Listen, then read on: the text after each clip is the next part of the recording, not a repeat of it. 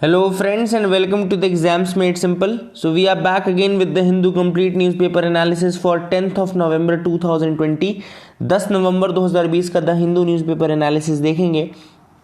Before we start we would like to announce you that CSAT course start होने वाला है and 18 नवंबर से classes उसके स्टार्ट हो जाएंगी. They will be uploaded on the website temsies.com. वहाँ पोर्टल पे अपलोड किए जाएंगी, वेबसाइट पे वीडियोस अपलोड होंगे. And if you want to join, you can join us from the links given in the description comment section below. Let's start with the questions first. एक और request है friends आपसे, अगर आपको video पसंद आती है तो प्लीज़ डू लाइक इट. आप अपनी तरफ से लाइक कर सकते हैं और उनको शेयर कर सकते हैं. एंड हम लोग भी बहुत ज़्यादा मेहनत करते हैं आप लोगों के लिए. So this is the least which we can expect from your side कि आप इसको लाइक और शेयर तो एटलीस्ट ज़रूर करेंगे. So let's start with the questions first. पहला सवाल है रिगार्डिंग द स्टार्ड क्वेश्चंस. स्टार्ड क्वेश्चंस के रिगार्डिंग सवाल है जो क्वेश्चन आ रहे हैं पूछे जाते हैं. पहला स्टेटमेंट है oral answers is required to be given by the minister on the floor of the house and supplementary questions may be asked on the minister's reply. दूसरा स्टेटमेंट है oral answers is required by the minister on the floor of the house and supplementary questions may not be asked. C है written answers to be given by the minister after 10 days notice and D none of the above. So start questions के regarding इनमें से कौन सा statement सही है. Question number 2 is which among the following committee of Lok Sabha is assisted by comptroller and auditor general of India. CAG के द्वारा कौन सी इनमें से कमेटी है जो कि असिस्ट की जाती है. ऑप्शन है estimates committee, B public accounts committee, C joint committee of salary and allowances, या D joint committee of office of profit. तो इनमें से कौन सा आंसर करेक्ट होगा. Question number 3 is M serious innovation programme. एम serious innovation program sometimes seen in news recently is bilateral youth innovation initiative between India and which of the following countries.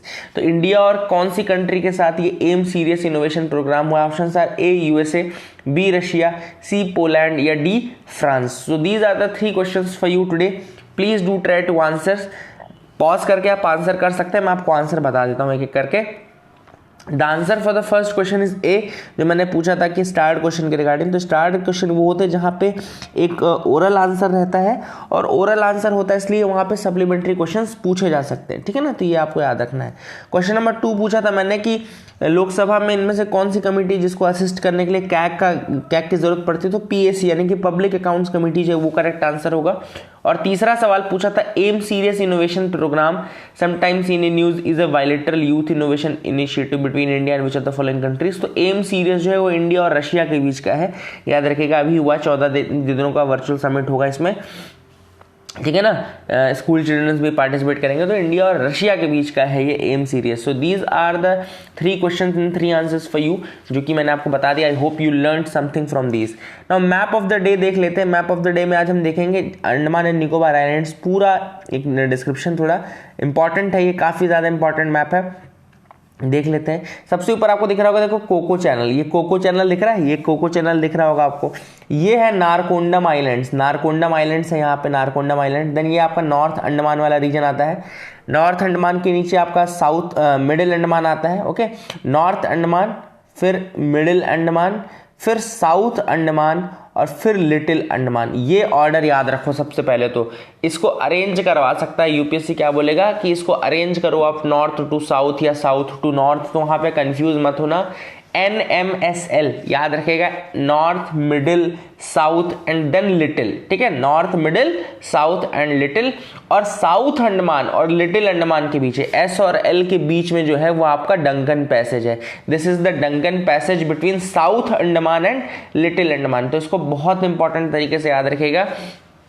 NMSL इसका order है. North Andaman, middle Andaman, south Andaman और आपका little Andaman. और south Andaman और little Andaman के बीच में आपका जो पैसेज है उसको हम बोलते हैं Duncan passage. That is the Duncan passage. इसको भी याद रखिए. ठीक है ना. इसके अलावा यहाँ पे देखो आइलैंड्स के नाम है. तो नेताजी सुभाष चंद्र बोस आइलैंड जो है वो रॉस आइलैंड का नया नाम है. नेताजी सुभाष चंद्र बोस आइलैंड या रॉस आइलैंड. देन आपका स्वराज द्वीप आइलैंड जो था वो हैवलॉक आइलैंड था. हैवलॉक आइलैंड स्वराज द्वीप आइलैंड बन गया. फिर आपका नील आइलैंड जो था वो शहीद द्वीप आइलैंड बन गया. तो स्वराज आइलैंड हैवलॉक हो गया, हैवलॉक स्वराज आइलैंड हो गया. और रॉस आइलैंड आपका नेताजी सुभाष चंद्र बोस आइलैंड हो गया, और नील आइलैंड आपका शहीद द्वीप आइलैंड हो गया, ठीक है ना। तो इसको भी याद रखिएगा। और यहाँ पे रटलैंड आइलैंड भी आपको दिख रहा होगा। तो एक बार फिर से अपन कुछ इंपॉर्टेंट चीज़ें देख लेते हैं, ठीक है ना। यहाँ पे आपको कोको चैनल दिख रहा होगा, कोको चैनल, ठीक है। फिर आपका नॉर्थ अंडमान, फिर आपका मिडिल अंडमान, साउथ अंडमान, और यहाँ पे लिटिल अंडमान।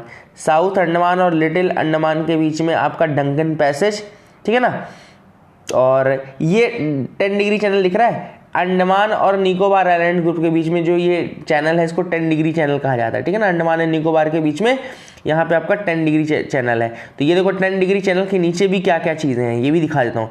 10 डिग्री चैनल के नीचे फिर आपका कार निकोबार है, कार निकोबार सबसे यहाँ ऊपर है, और कार निकोबार के बाद लिटिल निकोबार और देन ग्रेट निकोबार, ठीक है ना। CLG, जैसे अपन CLG है, यहाँ पे CLG है, ठीक है ना।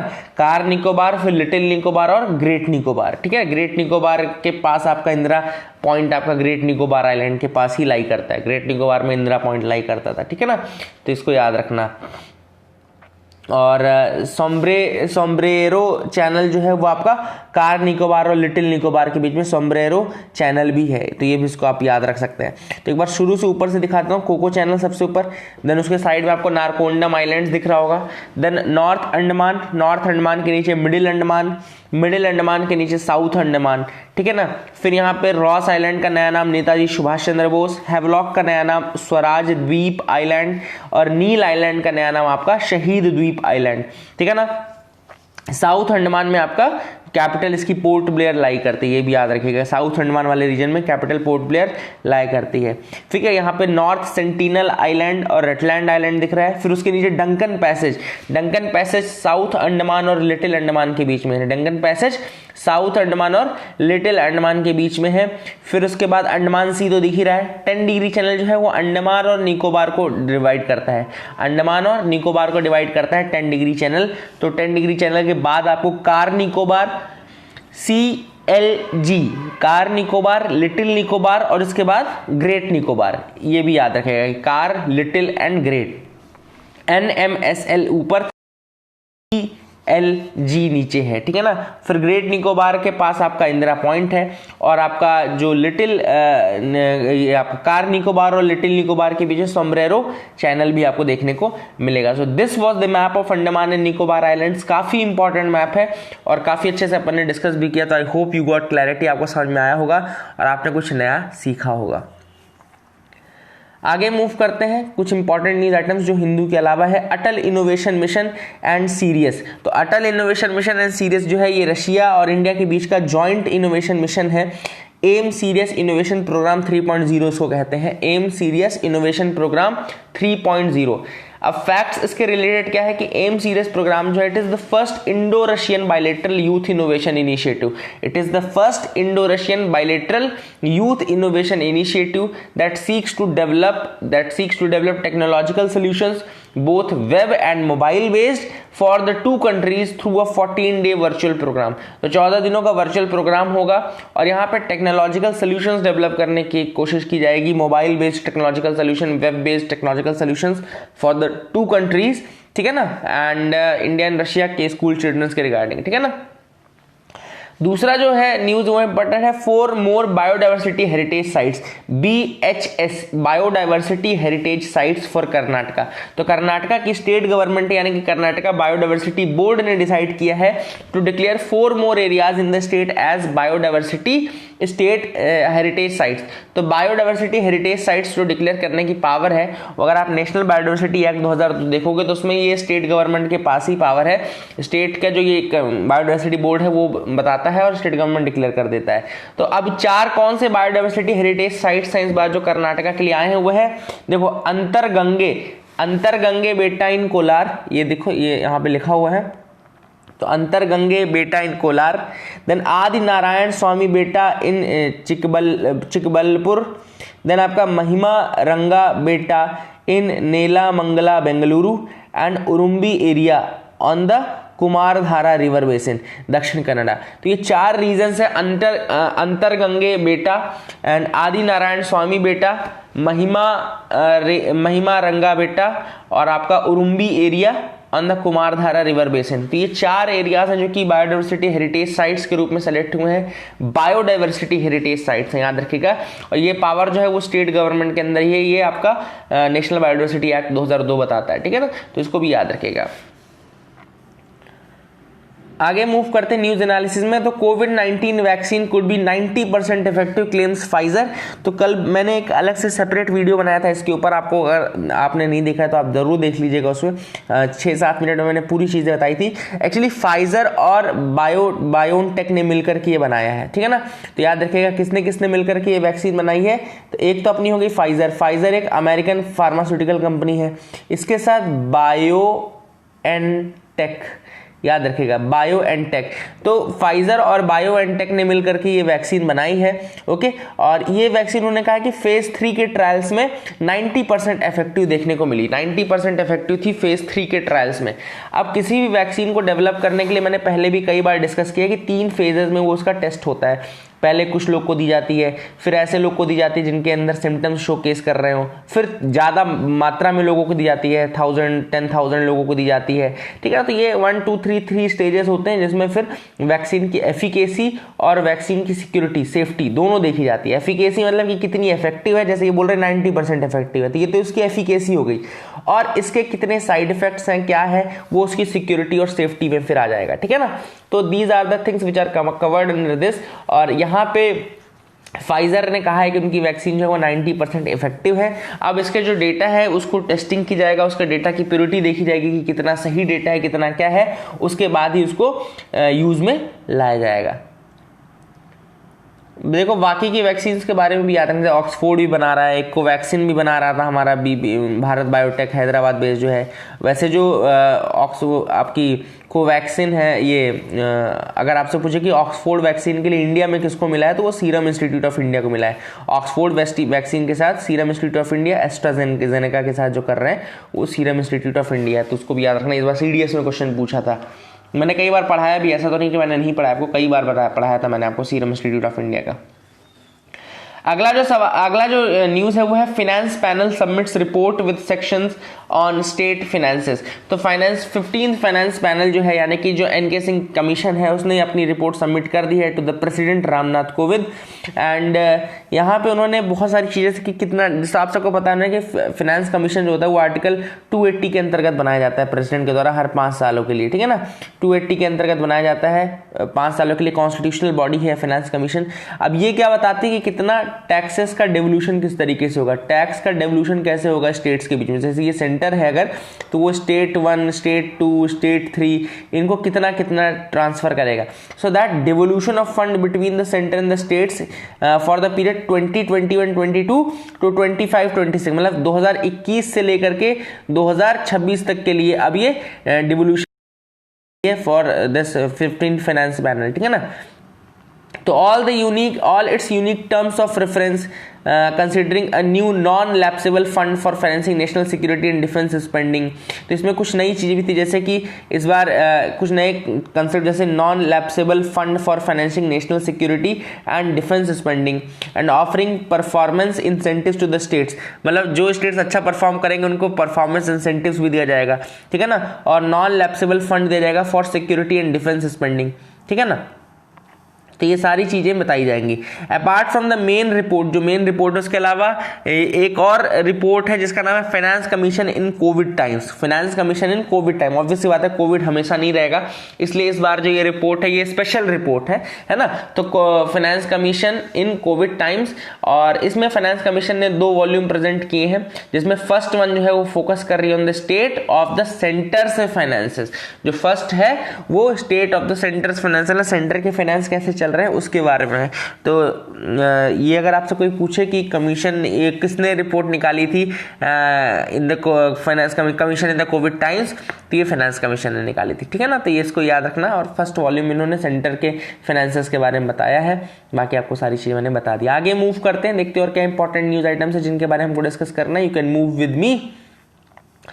एडिटोरियल पार्ट में आते हैं। एडिटोरियल में जो पहला एडिटोरियल है वो है real significance of the Biden win. अब ये जो आर्टिकल है वो लिखा गया है बाइडेन की जीत के ऊपर। हम दोनों आर्टिकल्स को मिक्स कर देते हैं क्योंकि दोनों, दूसरा आर्टिकल भी under Biden unfolding India's foreign policy concerns, तो इंडिया के फॉरेन पॉलिसी कंसर्न्स क्या क्या है और बाइडेन गवर्नमेंट के आने के बाद क्या होगा, ये दोनों को हम मिक्स करके पढ़ेंगे, ठीक है ना। अब देखो ऑथर ने यहाँ पे एक बहुत अच्छी बात बोली है, बहुत इंपॉर्टेंट एक इशू उठाया है। उन्होंने कहा कि कई लोगों को लगता है कि ट्रंप के टाइम में इंडिया और यूएसए के रिलेशंस अच्छे थे। If you are thinking that the relation between India and USA in the times of Donald Trump were good, then you are actually mistaken. Author का ये कहना है कि मिस्टेक है ये। The only movement at which US India ties really did display strength was during the Obama and Manmohan Singh administration. तो author ने कहा कि अभी हम पीछे रिसेंट हिस्ट्री अगर देखें तो अगर एकमात्र टाइम जब असली अच्छे रिलेशंस थे इंडिया के यूएसए के साथ, तो वो टाइम था आपका जब Manmohan Singh and Obama administration था। This is what the author says. Actually में अगर आप देखो तो जॉर्ज बुश के टाइम में पूरा जो अपीजमेंट होता था वो पाकिस्तान का होता था। मैं आपको समझा देता हूँ, जॉर्ज बुश के टाइम पे जो अपीजमेंट होता था वो पाकिस्तान के ऊपर होता था। अटल बिहारी वाजपेयी जी और बिल क्लिंटन दोनों थे, उस समय में थोड़ा रिलेशंस इंप्रूव होने शुरू हुए थे। That time the relations actually started building up, but वहां पे काफी ज्यादा डिले होने लगा इंडिया के साइड से। इस कारण से कोई ज्यादा कॉम्प्रिहेंसिव एक्शन आपको ग्राउंड में देखने को नहीं मिला।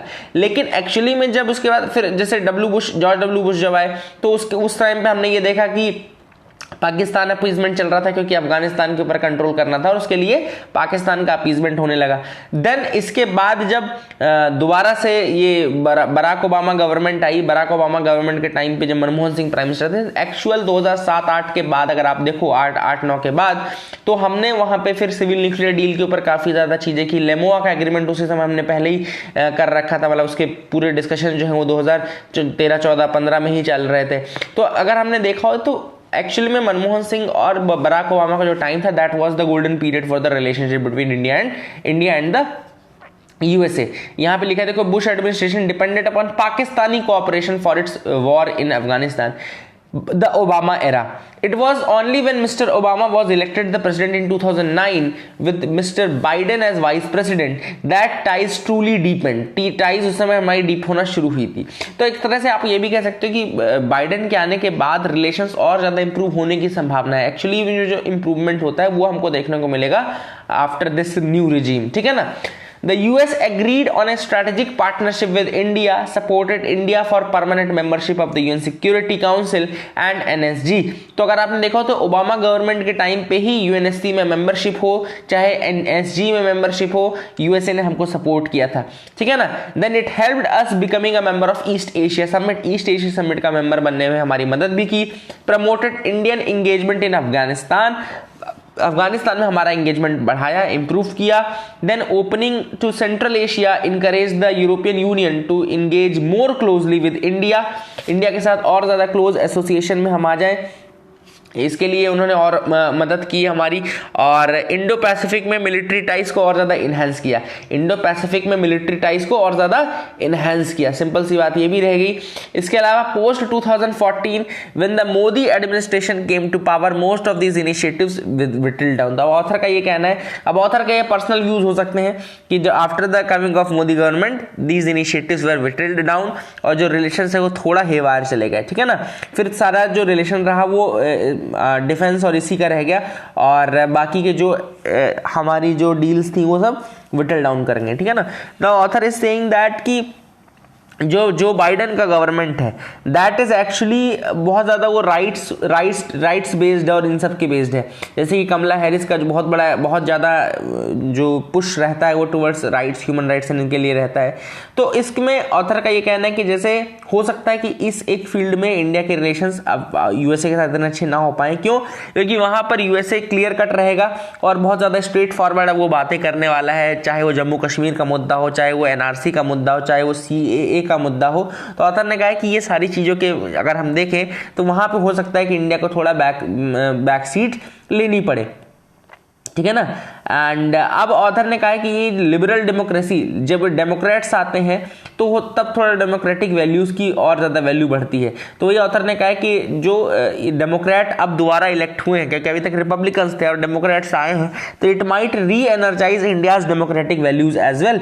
ये इनर्जाइज कर सकता है इंडिया की डेमोक्रेटिक वैल्यूज को, ऑथर ने ऐसा कहा है। ठीक है ना। तो वही है, राइट्स बेस्ड जो इश्यूज रहेंगे वो हो सकते हैं। एंड दूसरे आर्टिकल में जो है इंडिया की फॉरेन पॉलिसी को लेकर के, तो ऑथर ने यहाँ पे दो इश्यूज उठाए हैं। पहला तो है रिलेशनशिप विद चाइना एंड दूसरा है ईरान। तो ऑथर ने कहा कि दो इंपॉर्टेंट चीजें रहेंगी जहां पर कि हमको देखना है कि जो बाइडेन की गवर्नमेंट कैसे काम कर रही है। क्यों? क्योंकि जो बाइडेन किस तरीके से चाइना को ट्रीट करते हैं और चाइना के साथ किस तरीके से आगे बढ़ते हैं, वो बताएगा कि हम कैसे चाइना के साथ आगे बढ़ेंगे, है ना। हम बहुत ज्यादा चाइना से लड़ाई करके नहीं रह सकते। सिंपल सी बात, ऑथर का ये कहना है कि we can not fight China again and again. हम चाइना के साथ हमेशा लड़ाई में नहीं रह सकते हैं। That will not be good for us. ठीक है ना।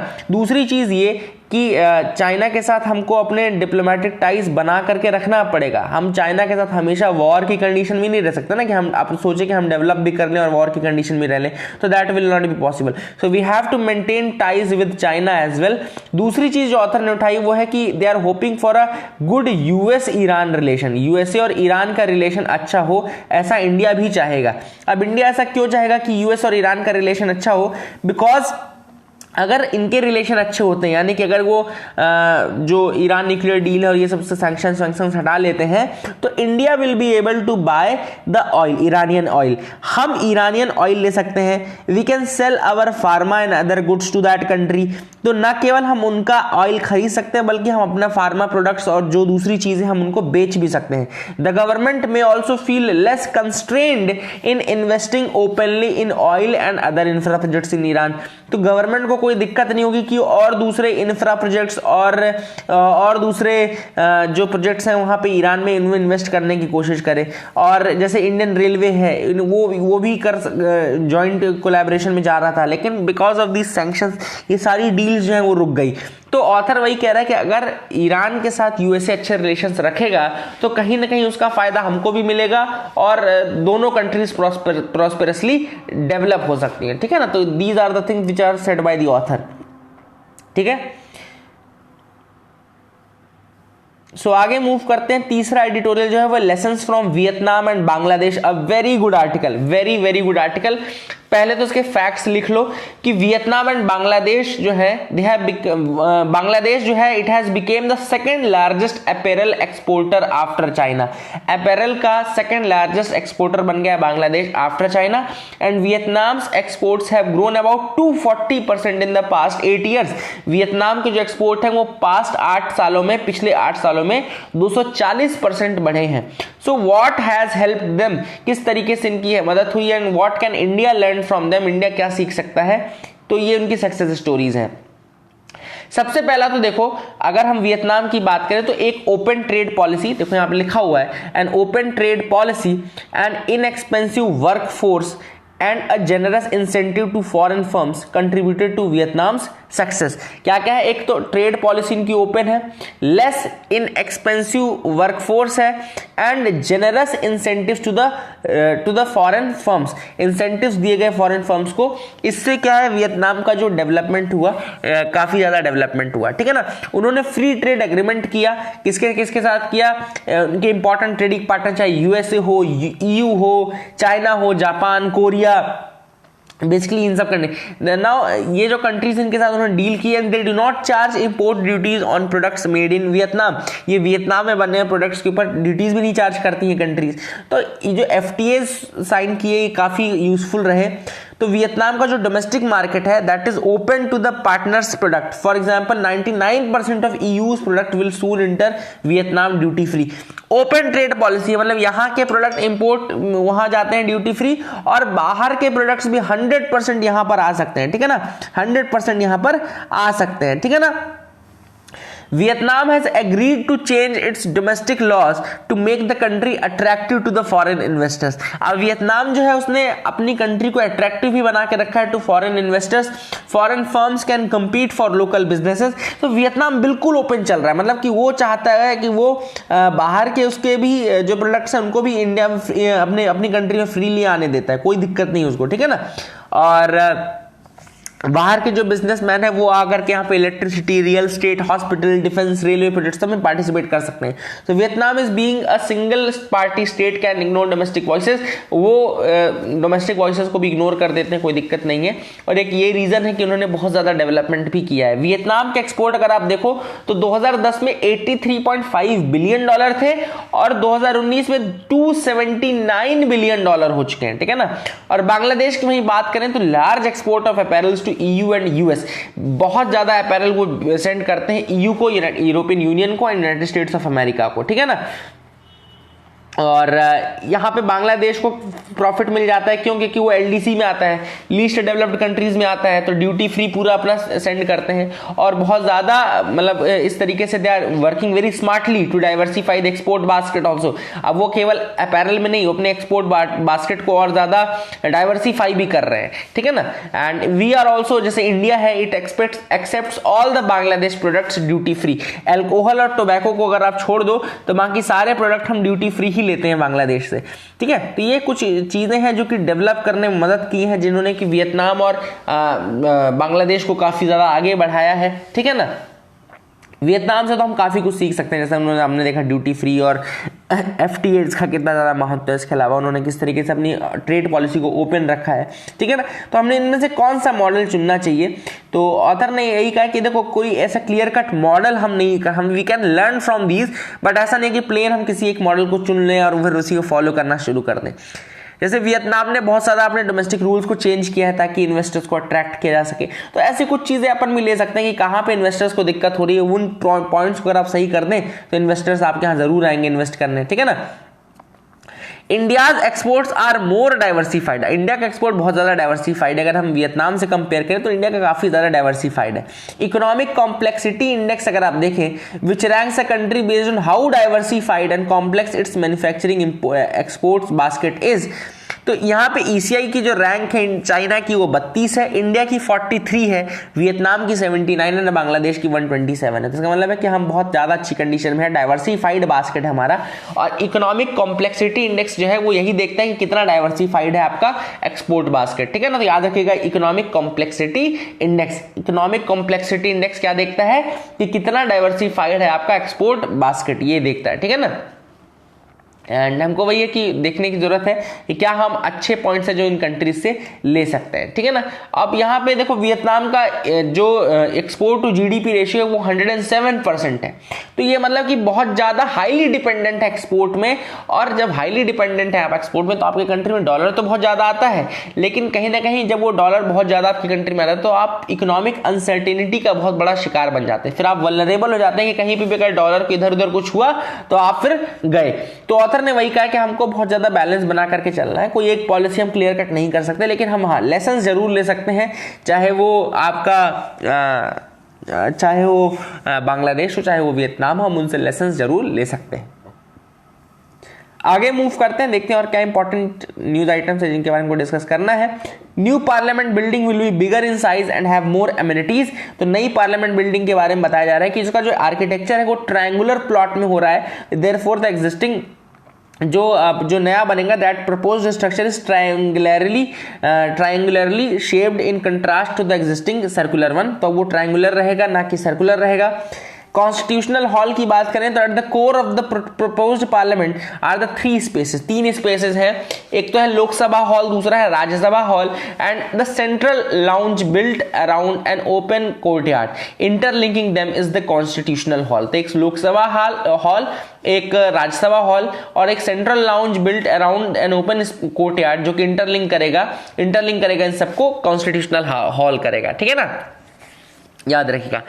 और इसके अलावा जो एक कुछ और फीचर्स है दैट असेंबली में कुछ नए फीचर्स भी इंक्लूड किए गए हैं, जैसे कि intuitive multilingual graphical user interface, multilingual graphical user interface, dual authentication based biometrics and RFID, digital ink based name plates and automatic naming. तो ये कुछ चीजें हैं जो कि इंक्लूड की जाएंगी in the new parliament building, ठीक है ना। आगे मूव करते हैं, देखते हैं और क्या इंपॉर्टेंट न्यूज आइटम्स है जिनके बारे में हमको डिस्कस करना है। India Maldives sign 4 MOUs to boost the ties. तो मालदीव्स के साथ इंडिया ने MOU साइन किए हैं to boost the ties. $100 million के एग्रीमेंट्स हैं फॉर कनेक्टिविटी प्रोजेक्ट्स। इसके अलावा $400 मिलियन और दिया था उन्होंने। $400 मिलियन, देखो यहाँ पे लिखा है million line of credit from Exim bank of India. Exim bank से $400 मिलियन और दिया, तो टोटल $500 मिलियन हुआ ना। अब ये जो $500 मिलियन है, it is the part of a package जो इंडिया ने डिसाइड किया था for greater Male connectivity project. याद रखिएगा GMCP। अगर आपसे पूछा GMCP इंडिया ने किस कंट्री के लिए किया है, तो किसके लिए किया था, वो मालदीव्स के लिए किया है। याद रखिएगा मालदीव्स के लिए किया है हमने ग्रेटर माले कनेक्टिविटी प्रोजेक्ट, इसको बोलते हैं, $500 मिलियन के लिए, जिसमें $100 मिलियन हमने देखा कि वो कनेक्टिविटी के लिए दिया है और 400 लाइन ऑफ क्रेडिट दी है। तो ये याद रखिएगा कि ग्रेटर माले कनेक्टिविटी प्रोजेक्ट GMCP, ग्रेटर माले कनेक्टिविटी प्रोजेक्ट, और $500 मिलियन का प्रोजेक्ट है, इसको याद रखिएगा। मालदीव्स में जब से ये नए प्रेसिडेंट आए हैं, सोलिह की गवर्नमेंट आई है, इन्होंने एक नई पॉलिसी स्टार्ट की थी, India first policy. India first policy मतलब इंडिया के साथ पहले हम रिलेशंस मेंटेन करेंगे। So we are very happy that Maldives has developed this type of policy, India first policy, और इसका काफी यूज हमको भी बेनिफिट मिलेगा, उनको भी मिलेगा। CCI to prove Google's abuse of position. तो CCI देख रहा है दो चीजों को। कंपटीशन कमीशन ऑफ इंडिया है, कंपटीशन एक्ट 2002 का आया था, उसके बेसिस पे कंपटीशन कमीशन ऑफ इंडिया 2009 से वर्किंग है, इसको याद रखिएगा। स्टैट्यूटरी बॉडी है। Competition commission of India act 2002 में आया था और 2009 से ये बॉडी एक्टिव है, कंपटीशन कमीशन ऑफ इंडिया। अब ये बेसिकली देखती है कि कोई भी जो वेंडर है या कोई भी इस तरीके का वो है, वो अपनी पोजिशन का मिसयूज ना करे, वो लेवल प्लेइंग फील्ड को मेंटेन रखे। अब यहाँ पे एलिगेशन ये है कि गूगल का जो जीपे है वो क्या करता है कि एक तो प्री इंस्टॉल्ड आता है, जो एंड्रॉइड डिवाइसेस है उसमें गूगल ने अपनी पोजीशन का मिसयूज करके गूगल पे को प्री इंस्टॉल करके रखा है। दूसरा, अगर आप पेमेंट पे जाएंगे, अगर आप एप्स में पेमेंट करेंगे तो उसमें बाय डिफॉल्ट जीपे भी आने लगा है। तो क्यों ऐसा है कि ये डिफरेंशियल ट्रीटमेंट है और अपने पेमेंट मेथड को वो प्रमोट कर रहे हैं। तो कंपटीशन कमीशन ऑफ इंडिया का जो एक्ट है, कंपटीशन कमीशन एक्ट यानी कंपटीशन एक्ट जो है, उसके अंतर्गत बेसिकली इसमें प्रॉब्लम ये है कि उसके सेक्शन 4 बोलता है कि कोई भी जो वो है वो अपनी मार्केट में डोमिनेंट पोजीशन को अब्यूज नहीं करेगा। और एक तरीके से कहना चाहिए कि गूगल जो है वो अपनी डोमिनेंट पोजीशन को अब्यूज कर रहा है। तो वही चीज अब ये चेक करने के लिए कंपटीशन कमीशन ऑफ इंडिया देखेगी। IPL का फाइनल आज होने वाला है, तो देखते हैं कि क्या MI यानी कि मुंबई इंडियंस जीतती है या कि दिल्ली क्या बोलते हैं उसको, दिल्ली चैलेंजर्स, पता नहीं, तो दिल्ली जीतती है कि मुंबई जीतती है। लेट्स सी, मैच आएगा शाम से, अगर आपको देखना तो आप देख सकते हैं। So that is it for the day friends. I hope you like our video. एक बार देख लेते हैं क्या क्या हमने पढ़ा। हमने पढ़ा competition commission of India, competition commission India act, then इसके अलावा गूगल का क्या इशू है, इंडिया और मालदीव्स के बीच के टाइज के बारे में हमने जाना कि किसके किसके GMCP क्या है क्या नहीं है, ये हमने देखा। फिर न्यू पार्लियामेंट बिल्डिंग के कुछ हमने फीचर्स देखे। एडिटोरियल में हमने इंडिया, बांग्लादेश, वियतनाम का कंपैरिजन किया। जो बाइडेन और उनके साथ होने वाले क्या रिलेशंस रहेंगे उसके बारे में जाना। इसके अलावा हमने फाइजर बायोनटेक की जो वैक्सीन उसके बारे में जाना। mRNA वैक्सीन है, अगर आप सबसे पूछे किस तरीके की वैक्सीन है तो mRNA वैक्सीन है। और फाइनेंस पैनल के बारे में जाना है कि उसने रिपोर्ट सबमिट कर दी है। फिर इसके अलावा हमने एम सीरियस मिशन के बारे में जाना और कर्नाटक की जो बायोडाइवर्सिटी हेरिटेज साइट्स उनके बारे में जाना। मैप ऑफ द डे में हमने अंडमान निकोबार का देखा मैप। फिर से देख लो ऊपर कोको चैनल, फिर north Andaman, middle Andaman, south Andaman. South Andaman में पोर्ट ब्लेयर है। फिर आपका है साउथ अंडमान और लिटिल अंडमान के बीच में डंकन पैसेज। फिर लिटिल अंडमान और कार निकोबार के बीच में 10 डिग्री चैनल। फिर कार निकोबार और इसके बाद लिटिल निकोबार के बीच में सोम्बेरेरो चैनल। देन लिटिल निकोबार के बाद है आपका ग्रेट निकोबार। ग्रेट निकोबार के पास ही आपका इंदिरा पॉइंट है और ग्रेट चैनल भी। So that is it for the day friends. I hope you like our video. Please do like and subscribe. Keep loving us, keep sharing us. और अगर आपको अच्छा लगा वीडियो तो आप जरूर शेयर करिए। Thank you and have a nice day.